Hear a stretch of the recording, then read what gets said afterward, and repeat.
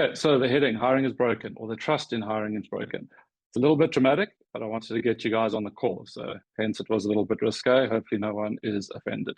But we'll talk around rebuilding validity, how do we rebuild the trust, how AI and trust work together, and then how all of that hopefully then lands on our jobs platforms and the broader recruitment. So we're going to start out. Let's talk about the problem, what the fallout is. It's a little bit negative to kick off, but bear with me. We've got to break it down first before we try and build it back up again. Throughout the presentation, I've tried to include some stats, also just to give it a bit of validity. It's not just my perception or my impression of what is happening in the market. These are factual things that have been researched from the likes of LinkedIn to Glassdoor and others over the last 3 to 4 years. So if we're talking about trust and hiring, hiring in itself works and it is achieved. We all know this, and the systems do operate, but there is a fundamental breakdown in the trust behind those systems, as can be seen by something along the lines of 53% of candidates say they don't trust the recruitment process. Employers trust less than half of the CVs they receive. With AI coming on board, I see it getting even worse, and we've had similar feedback where employers, because of the AI generation of CVs and it being done so quickly, even further distrust the nature of CVs. So how did we get there? If we look at the reasons that might have caused that, there was a rush to scale. Everyone built these platforms. There was an overwhelm of candidates looking for jobs across the board. So we lost that connection. ATS systems were brought in, searching for match algorithms, keywords, etc. So that human touch and connection was lost, and speed trumped the substance throughout that process, which made matching very mechanical. We've got a matching process and algorithm, very much data-based, obviously, in our platform. It's not perfect. We have seen many roles where candidates move all the way through to hired stage and they had a 23% match. So matching is great. It adds just one layer of information, but we definitely can't rely on pure data-based matching.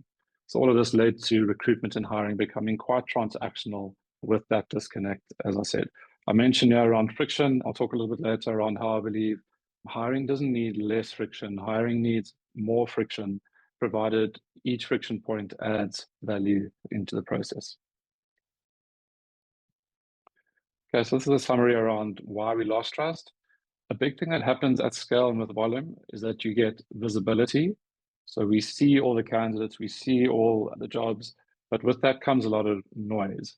A key thing that I want to try and drive home today is visibility without validity is a big cause as to why there's been a trust breakdown in hiring.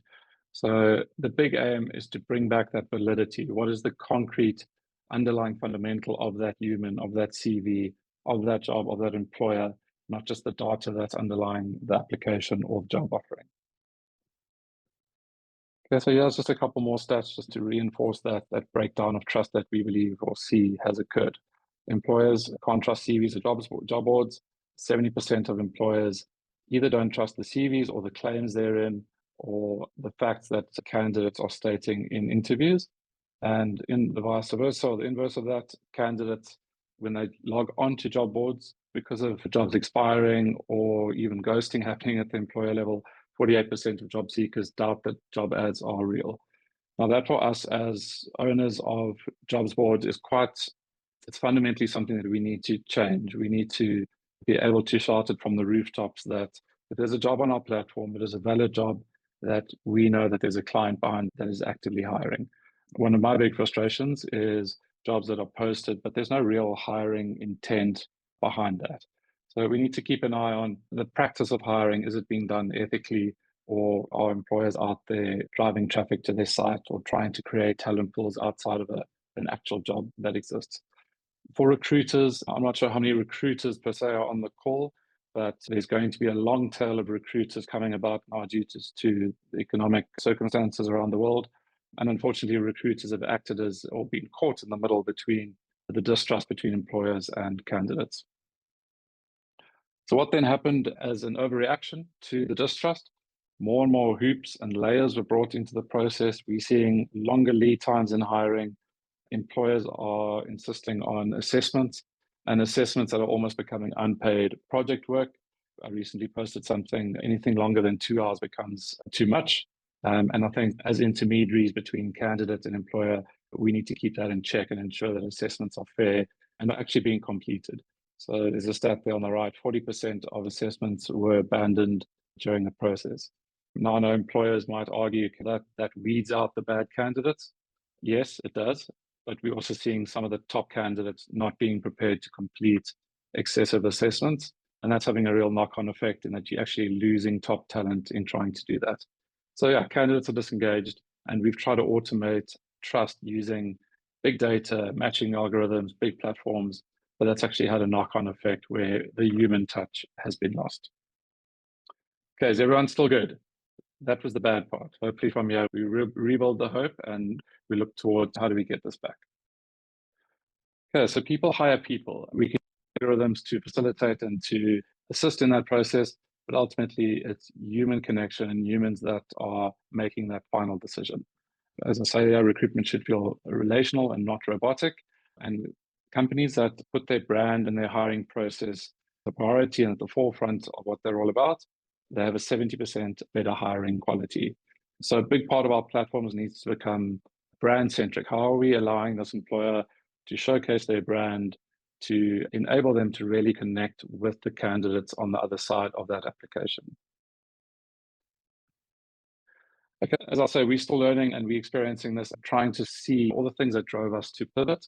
And we experienced all of those things as your call it traditional recruiters, and we experienced it firsthand. When we decided to pivot, we thought, okay, let's decide on a few fundamental things that we need to look at in terms of changing this dynamic. And how do we change recruitment to trust? Still using matching for the data process, but how do we validate that candidate? How do we showcase the human behind the CV? And then to my next point, there's a couple of goals. One is to kill the email backwards and forwards, which we can all hope for, but I'm not sure it'll happen in our lifetime. And the other one is to kill the CV. So by that, I don't mean kill the CV, but allow something that allows for standardized comparison and to allow us to see the human behind that CV. With the ability that we have as these platform owners and now using AI, which I'll get to, there's a lot that we can do without the CV to start introducing candidates to employers before they even need to open that document.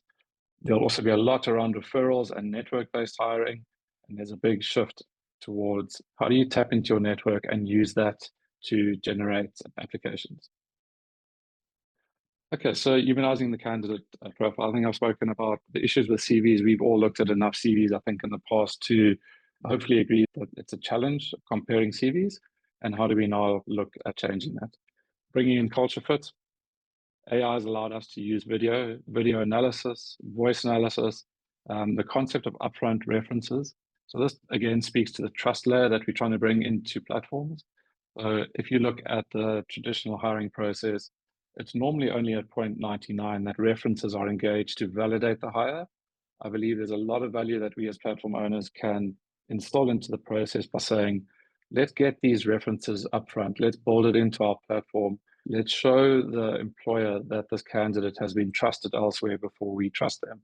So there's a lot of other platforms, Airbnb, Uber, etc., that rating concept is key and critical to that. And AI, again, plays a big point in facilitating this. So it works both ways. I think a lot of employers miss the opportunity that when they are presenting job opportunities, it is their first touch point to thousands of eyeballs. And oftentimes those candidates are also clients of theirs. And I think we mentioned the stat, but 68% of job seekers say that the employer reputation influences who they're applying to and whether they are interested in the opportunity or not. So again, how do we do that? Video, founder-led branding. So there's a big move in the marketing space to be founder-led, but I think platforms can do a lot to enable their clients and employers behind those jobs to showcase a bit of personality. I think the typical job spec is dead, and let's look at ways that we can incorporate the human touch again into the employer side. So we've got the humanization of the candidates and the humanization of the company, so that when they have that first interview, it doesn't seem like foreign engagement. Network. Now, this is a big part of what I'm hoping to land today. I feel matching based on data was possibly 5 years ago. Where we see it now and where we see it going in the next 5 years is community-based referral and network-based hiring. So the trust element comes in when someone who the employer knows that candidate. So the whole concept of I know a guy who knows a guy who knows a cousin who was an engineer, I think is a really good way to try and get our platforms to leverage the network and community effect to enable almost a pre-introduction of a candidate before they simply apply. So if we just take Jobtech Alliance as an example, even if we all collaborate across Africa and build a cross-pollination of talent, there's a really good opportunity for employers and candidates to be connected through referral and trust rather than relying on CVs, AI, and data and ATS matching. So yeah, referral hires 4 to 6 times faster. And because of that trust factor, historically have been shown to stay 45% longer at their hire than or at their employer than a typical recruitment process. What we've seen a lot of, because of this incentivization of referrals, it's happening quite casually, but employers will say to their team, probably via an internal email, we are hiring a head of marketing or engineering. We'll give 5,000 Rand or Naira, whatever the case may be, or $2,000 to whoever in our team who finds that next software developer or engineer. So that concept of internal referral incentive is a really great way to turn your team into recruiters for your brand. It has a bit of a knock-on effect on recruiters as an industry, given that people are now operating internally and activating their staff's networks. And I'll talk about where that spend is going. But what we've done with Crayon is to formalize that internal incentivization and then the tracking of the network, the sharing outwards, and then the incoming talent, and then a linking that. So almost like an affiliate marketing platform. So if you have an existing platform that's focused very heavily on matching, there's not many steps to build in this referral tracking tech so that you can start becoming an affiliate marketing platform outside of just jobs and applications. But there's massive opportunity, I think, for all of us to really tap into this trend, and it's especially extremely big in the US. Okay, so linked to that, the money is flowing in that direction. Employers, rather than immediately jumping to outsource, are saying, how do I take my cash, activate my network, activate my team? There's opportunity to either incentivize your network externally to say, anyone in the market who brings me a hire, we'll offer a couple $1,000s. You'll see this happening on LinkedIn with a lot of posts where people are offering incentives or doing it internally. So where's the money going? It's shifting from your traditional agencies to tools and to networks, and recruitment budgets going towards communities. Their thinking then being, and rightly, moving the cost per hire downwards because of the fact that it's trusted and it's a referral. The trust per hire then increases. So yeah, 25% growth in referral tech spend by 2026 is forecast, which is right around the corner. So the challenge for recruiters, as well as I guess then the opportunity, as I said, there'll be a long tail of recruiters, I think, entering this market. It is a very low barrier to entry type industry. Unfortunately, the trust breakdown, and as I said, recruiters have been stuck in the middle. So recruiters coming into this market right now have an uphill battle to regain the trust of both the employer and the recruiter. So they depend on trust and they need to instill trust in their processes. And ultimately, traditional recruiters rely on the platforms that we operate. So our platforms, if they are bringing trust to the table, will be picked up and used a lot by recruiters. So that's one of our big plays at Crayon, is to say, how do we service employers? Yes, that I think goes without saying. But how do we now collaborate with recruiters instead of compete with them and provide them a trusted platform that they can put their roles onto the platform, and that gives the candidates the trust that this recruiter is operating with transparency all the way through to who their client is behind the scene. Back to the topic of the discussion, going from matching to network platform, trust is a big element, rewarding relationships and connecting the data. I mentioned collaboration. So collaboration, even among someone like the Jobtech Alliance, I think we'd all be well placed to collaborate rather than to compete. And as I said, the freelancer recruiter population already is up 38% since 2020. Based on my LinkedIn feed, I think it's even higher now. And there's a lot of recruiters popping up. So we need to find ways to bring these recruiters onto our platform and to keep them there through the use of transparency and trust.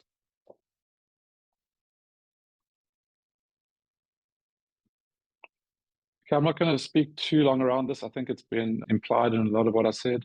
We were the traditional recruiter, albeit with a sexy website and a bit of a back-end system. And we changed because our overarching North Star, and I'll speak about this at the end because I want to invite all of you to join us on this, is to connect 1 million smiles by 2030. And how do we connect smiles? It's a hire between an employer and a candidate. And we could not scale on the traditional model, partly because of the nature of the model, but also some of the distrust that had come into it. So hence the pivot where it was more automated, allowed us to focus on bringing that trust back into the platform, validation over visibility, and allowing the reach to get us to 1 million. Yeah, how's it going? It's hard to say, but locally we want to be seen as the go-to platform, at least in South Africa. I know on this call there's probably a lot more platforms out there that are doing super well up in Africa. And yeah, I'm sure there's lots to learn across everyone's different platforms that we've created. So all the things that I've mentioned is what we've tried to incorporate into it. Very big on referrals. We've made them trackable, reward introductions. We've got Crayon bounty, so we've quantified that trust by offering incentives. Shared data, so the data and the transparency is inherent throughout the platform and the clients that we work with.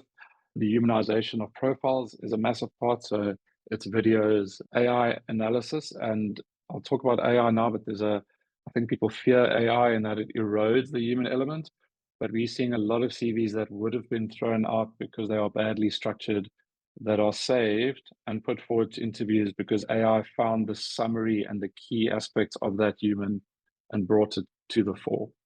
So there's a lot of AI work that's gone into how we've scaled that trust and that connection. Okay, so this is something that admittedly I stumbled on, and I want to elaborate a little bit further maybe after this talk. But if we combine AI, which we know is artificial intelligence, but keep the human intelligence in the mix, it brings together a trust index. So there's really a nice opportunity here for us as humans to bring in AI, but not to do it to drive volume and to drive matching. Yes, it'll be efficient, but if our overarching goal is to instill trust and to improve trust and call it a trust index, the definition is there. I think it really, and it's something that I'm going to try and distill, build into our roadmap or our dev roadmap. Is this adding to our trust index?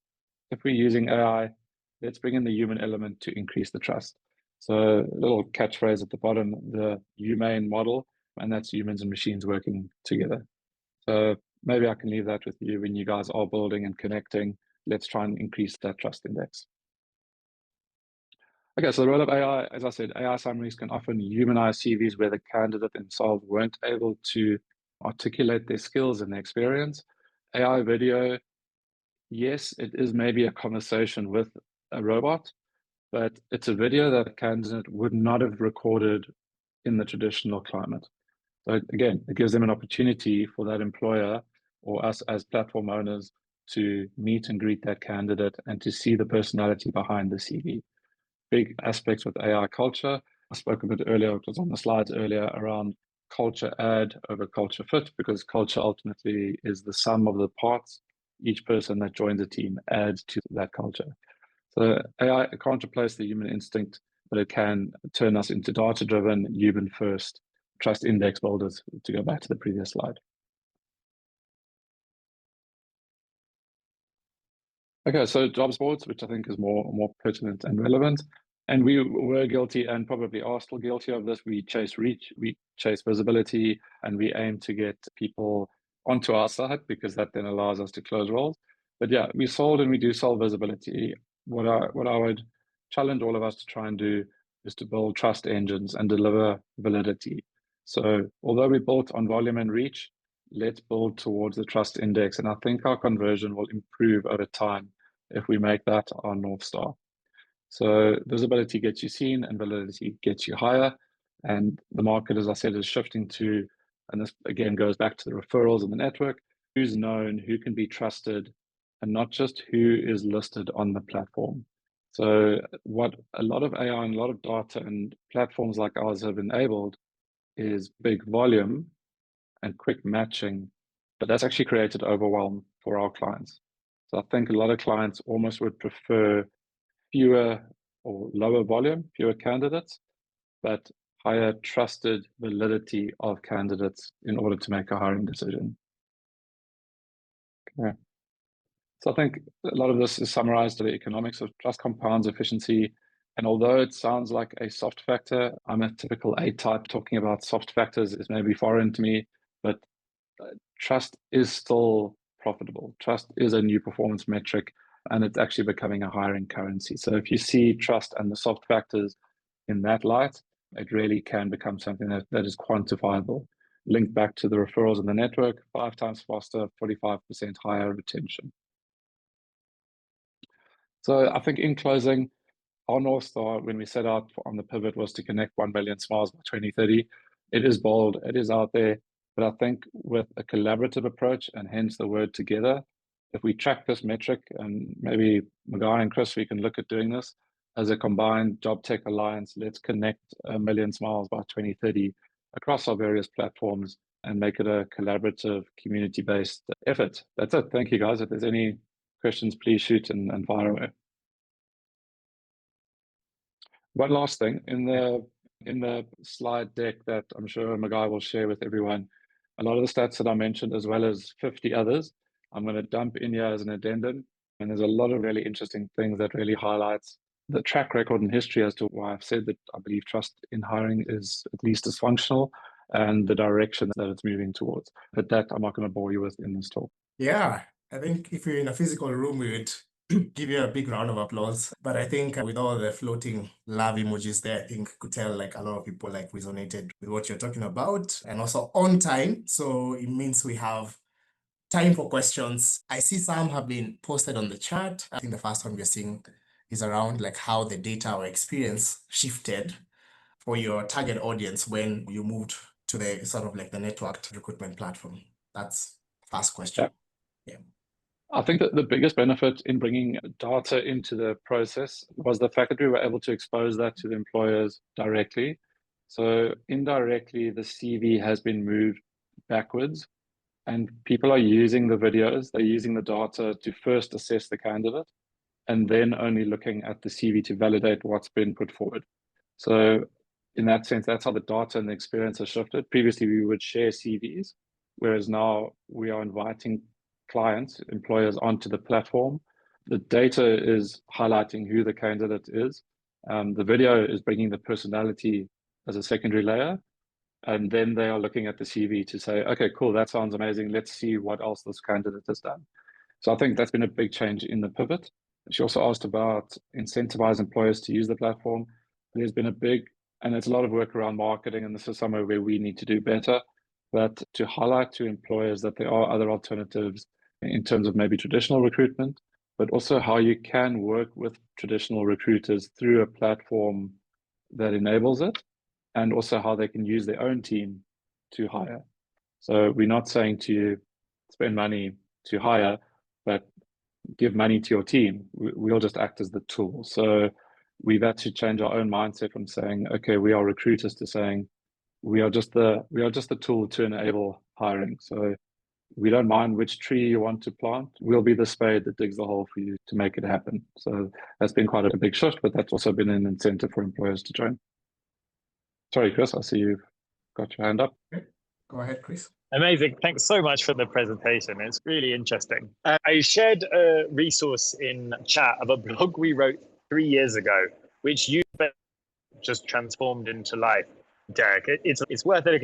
It's called the smiling curve. And it has this kind of hypothesis that in the job tech sector, like value accrues to like both ends. Like in the recruitment sector, it would accrue to either like the infrastructure, which is exactly what you've done, or like the niche recruitment. They're like all job matching function in the middle kind of dies. And you basically just presented the real implementation of it.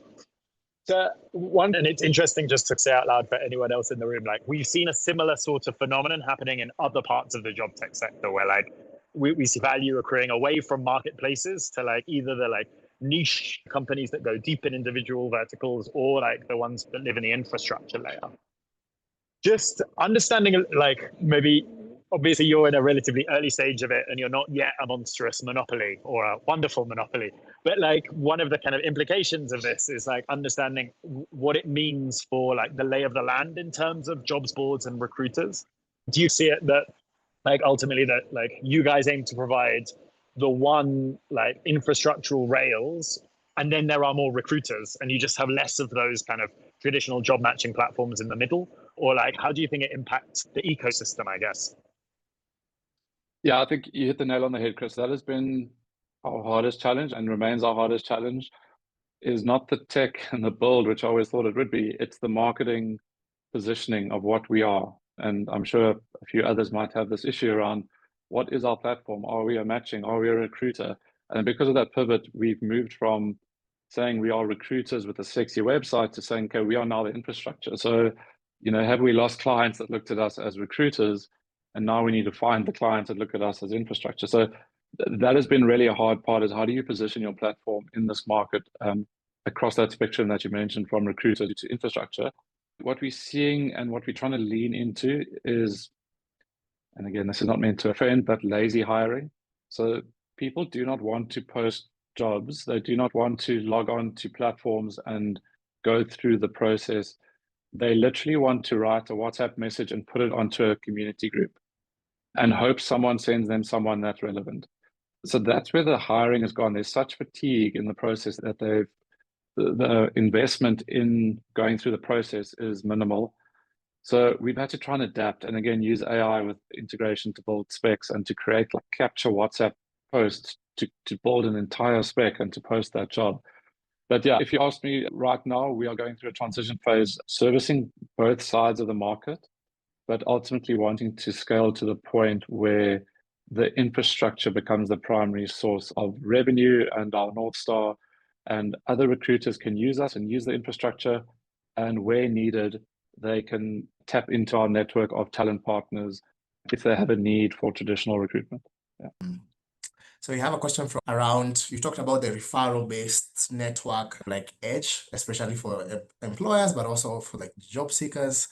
But there's also the question about whether these networks disadvantage some people in the labor market. So I think that's the bigger question that he's alluding to again. Yeah, I mean, that's very fair. I think we need to look at how do we build our referral engines, and maybe now leaning into the tech a little bit. Word of mouth is always there, but I think we need to do more to enable the referral to land where the less privileged individuals might be that on SMS referral or a WhatsApp-based thing or QR codes on a billboard, or at the moment we've built it so it can be shared to social media, LinkedIn, Facebook, email, but oftentimes the strong candidate is not on those platforms. Yeah, I don't have the answers. I think more can be done to try and integrate that opportunity and find the connection between there's the work, there's the internship, what is that company and brand and our platforms doing to put that referral and then track that referral in a more public space. So yeah, I'm not sure in the African context, but possibly that sounds and looks like a WhatsApp share or something like that. Maybe my question is, how do you go about making the companies more visible? Because I do share the idea of the people are also, the candidates are also vetting the companies. It's not really one-sided. So we do see a bump when it comes to people applying when they know the company. So how do you go about making the companies more visible for candidates? Because at least in our case, they're the one paying, so you just cannot easily just force them to do stuff, unlike the job seekers. So how do you go about that? And maybe my other question is, I don't know if it's too technical, but you mentioned about voice and video. I don't know how you go about managing data and all those people using voices and video. So maybe you can share a bit about that. Okay, on that, sure. Thanks for the questions. On the tech side, the voice and the video, we've integrated quite extensively with AWS in terms of capturing the video, storing it, and then you fragment it into bite-sized chunks that allows for streaming type quality, so you don't bog your user down with playbacks. But yes, it is a bit technical, but we've integrated strongly with them, and the AI video will then be that next layer. Up until now, we've capped videos at 1 minute. So there's an application video. There is what we call a Crayon cam, which is an introductory elevator pitch. And then there's an employer video and a job-specific video that can be added. The AI interviews will become a little bit more extensive, and that's a 10 to 15-minute video recording. So we're busy exploring exactly how to optimize that. It's not easy. So yeah, the tech side of that is a lot of fun. The thing with the employers in terms of trying to incentivize them and get them to do that, I think, yes, we do sometimes struggle to get them to buy into the branding or the potential of the branding of their profile. But I think all we can do is show them case studies, education, at the onboarding phase, try and show them what's worked and what hasn't worked, and examples of other brands that have done it well. So I think that FOMO, or fear of missing out, or seeing what others have done and they want to do the same, has worked pretty well. So they see their competitor putting their YouTube showcase reel up on their company page and theirs isn't there. It's a good way to highlight why they're not getting applications. But you also touch on a really big issue that all of us face with platforms, and Airbnb faces as an example. The more and more we try and build in transparency and showcase our clients, the more and more candidates go directly to employers, right? Because they want to potentially bypass the platform to go direct to the careers page. And all we can do there is to try and do good enough a job as a platform so that the employer remains on platform. And if they get outreach directly, simply refers them back to Crayon or to your platform, because that is where they trust that the talent will be vetted and come through the funnel and have the video, and long-term potentially to white label our platform so that company.com/careers is actually your platform white labeled on the back end, and they pay a license fee. That's first prize for all of us, but that, to Chris's point, requires some sort of monopoly or some sort of scale. That's, I think, where I think you would also want it to go. And that at least closes the loop. Candidate tries to go direct to employer, employer's page routes it back to you, everyone wins. Let's connect. And yeah, really insightful presentation. And one thing I was trying to understand, you talked about humanizing profiles. And I know that one of the problems we have within the African continent specifically is the lack of data structure. When it comes to resumes are being created with AI and recruiters also screen with AI, it's basically not ideal. So you spoke about videos. When you say videos, are you talking about on the profile? And what are we actually doing to have more robust profiles in terms of DNAs, psychometrics, to ensure that we can actually make more sense from profiles beyond just the name, the email, a CV upload, and so on? Yeah, so the video would live directly on their profiles. If an employer or a client looks at an individual, it would have all of the data that you mentioned, but then the video acts as a further overlay. We've got something called a Crayon personality quiz. It's not a full-blown psychometric or assessment for various reasons, but it's a 100-question culture fit and culture add survey where we try to understand what is that individual's primary personality, secondary personality, and their top traits. And then we've also created something called a grit score, which measures their tenacity, perseverance. But yeah, I think to your point, it's just about how do we also, from the way that we onboard our candidates, how do we almost make the CV, make it obvious that the CV is not the primary thing that we're after. I think a lot of the historical builds have been apply, give us your CV, and you're off. That nowadays doesn't work. You need to almost like step flow it, get the core details, try and capture a video. You get the CV, but it's not the only item that's required. It does create that friction, so I'm aware of that, but it's the right, hopefully, kind of friction. And I think, as again, like I said, hiring needs friction. I think the likes of LinkedIn, Easy Apply, has led the market to believe that you simply click once or drop a CV, that your application is gold. It's not going to differentiate you. So if we sell it to the candidates that this is your opportunity to differentiate, pop open your phone, take a 1-minute selfie video, tell us who you are. So again, you have to educate the user as to what is the benefit of doing the video rather than making it sound and look like friction. So when it comes to, I think that you do have the platform, right? Do you consider yourself, because on the presentation you talked more about empathy for, I think, for the employers and the job seekers as well. Do you consider yourself more on the tech side, or is it more there's some kind of intervention with humans as well? For example, it could be like recruiters or someone vetting them. So is there some aspect in that regard, or is it just purely a platform? It's both. It's I think of a nice phrase. It's tech first, but human driven. So we allow the tech to do its work and to present the candidates in a way that humans can then evaluate it efficiently. So the clients are the humans that log in and use the platform to do the evaluation with the guidance of what the system has shown them. Alternatively, we have our internal team and the network of talent partners that then acts as the human overlay to say, okay, out of the 200 matches and 100 applications and ranking them, etc., post-review, these are the 20 that we want the client to look at. and they're incentivized to do that via a bounty structure. Yeah, if I can give you a catchphrase, it's tech first, human driven. But yeah, it is both. I admittedly tried to go too tech heavy at the outset, which led to a lot of the issues that I raised at the first part. But there is that human layer that needs to come in, both from a review point of view and also building platforms that allows the human to come through above the data.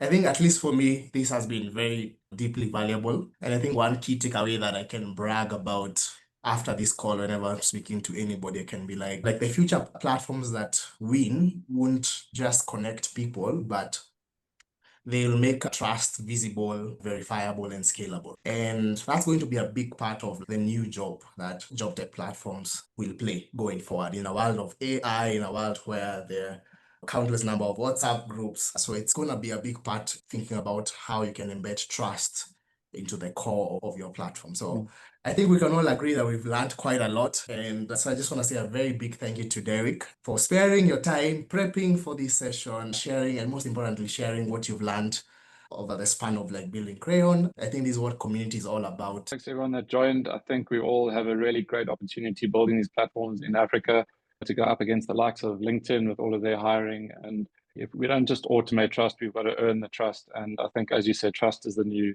hiring currency. So good luck to everyone. And yeah, thank you for the chat.